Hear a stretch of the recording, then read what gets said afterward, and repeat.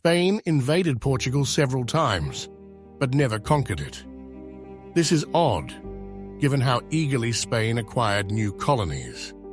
Despite the fact that Portugal was legally under Spanish dominion for 60 years, but never conquered in the 1500s, Spain was far stronger in terms of military power and population.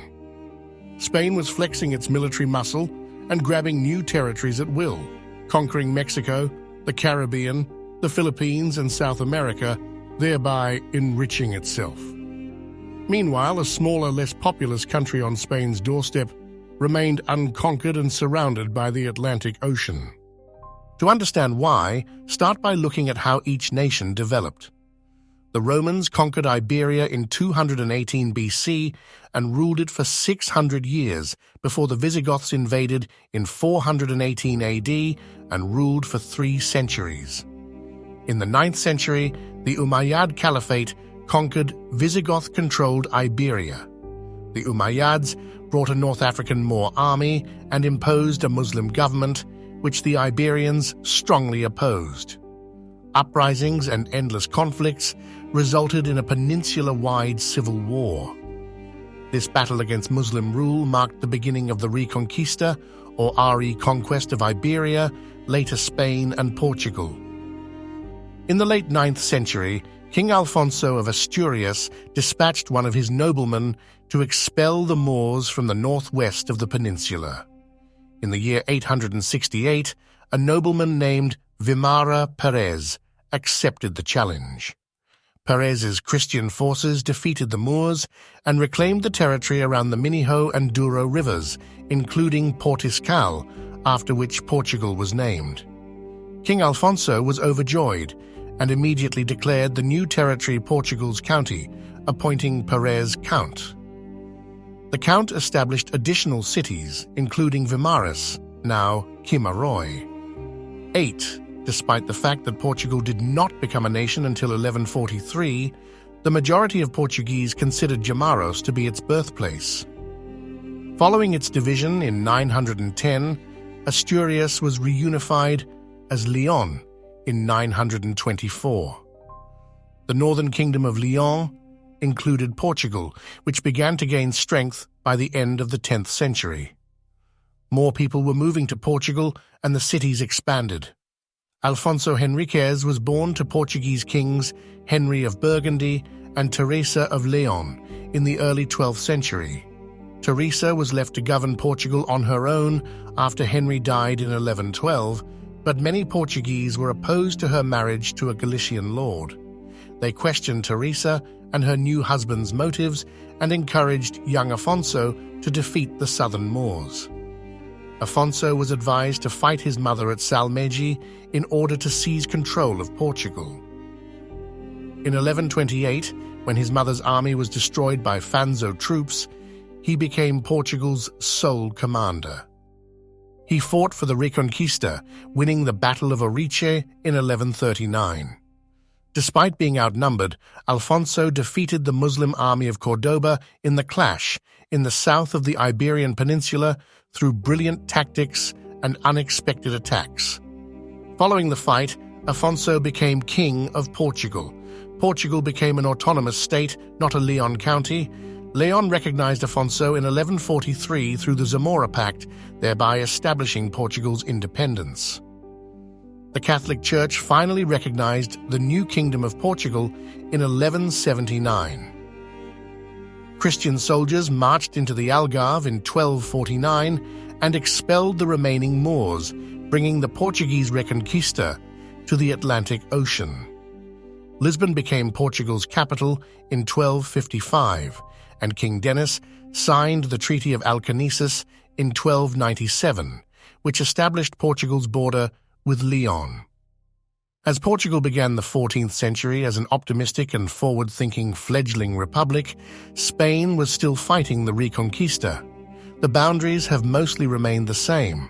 Progress was slow due to royal infighting, inexperienced leadership, and a larger geographical area.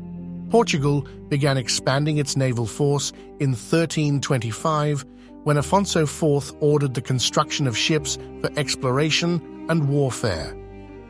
Castile, Spain, contested the Canary Islands discovery in 1341. The Black Death wiped out much of Europe in the mid-14th century, putting an end to exploration and progress. In the late 1300s, European powers became competitive. Although England and France had tense relations during the Hundred Years' War, 1337 to 1453, France desired access to Spain's powerful navy, which had one of the world's strongest fleets at the time. This would grant France a maritime advantage over England. In 1169, France and Castile formed an alliance that alarmed England. The English recognized Portugal's strategic location between Spain and the Atlantic Ocean, as well as its strong navy. The Anglo-Portuguese Pact of 1373 formalized their partnership. The Anglo-Portuguese Treaty is the earliest official international treaty. Portuguese naval exploration dominated the world in the 15th century. Spain was preoccupied with the Reconquista for half a century, while Portugal took the lead. Portugal dispatched fleet after fleet, with explicit orders to search and conquer new territory under Henry, the Navigator. Portugal conquered Morocco's Ceuta in 1415, followed by the Madeira archipelago off the African west coast in 1420, the Azores in 1439, and Cape Verde in 1456.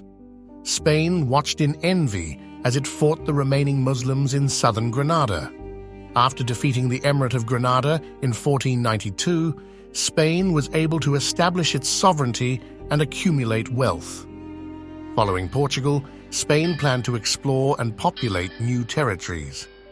Later that year, Spain hired Christopher Columbus, an enthusiastic Genoese explorer, to explore the West.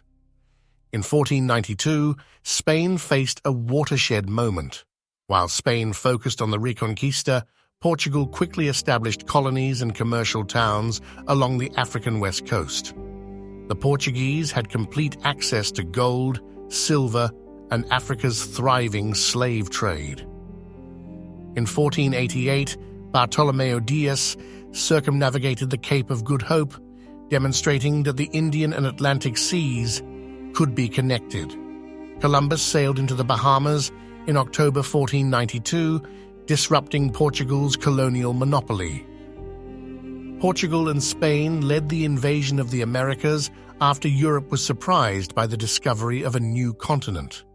To prevent territorial conflicts, a papal bull was issued in 1494, and Spain and Portugal signed the Treaty of Tordesillas, which divided the world in two.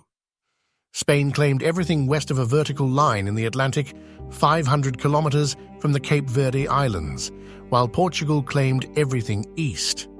This agreement gave Spain nearly all of the Americas, with the exception of Brazil, which bordered Portugal. Both Iberian republics defeated the Moors. Spain may have focused on Portugal at the right time. However, the allure of global dominance and overseas wealth was stronger, so Spain and Portugal increased their efforts to acquire whatever they could. Vasco da Gama circumnavigated Cape Horn and arrived in India in 1498, opening up a sea route for Portuguese trade with Asia. In 1500, Pedro Álvares Cabral claimed Brazil for Portugal. Spain conquered Cuba in 1511 and Mexico in 1521, and this trend continued throughout the 16th century as governments profited from their new colonies' resources. Sebastian I, Portugal's young monarch, was assassinated in battle in 1578, leaving the country with no successor. 2 years later, his great-uncle Henry I succeeded him. Fortunately, Spain's King Philip was Portuguese. He was born to Holy Roman Emperor Charles V and Isabella of Portugal. He mistakenly claimed the Portuguese crown as Philip II.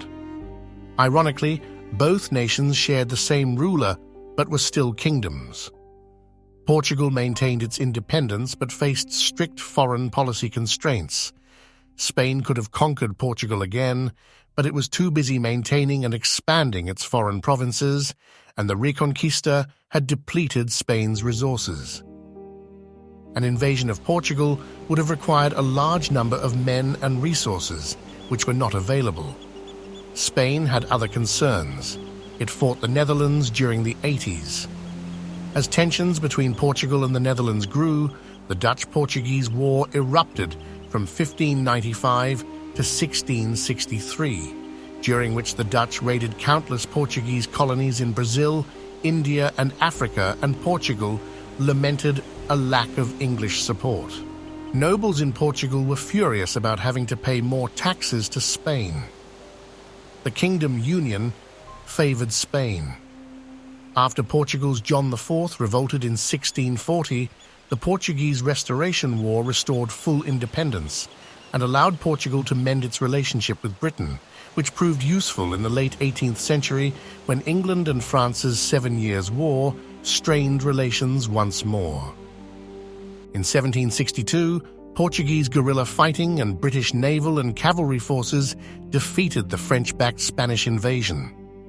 France and Spain sent thousands of troops to invade Portugal, but they were defeated and retreated in 1763.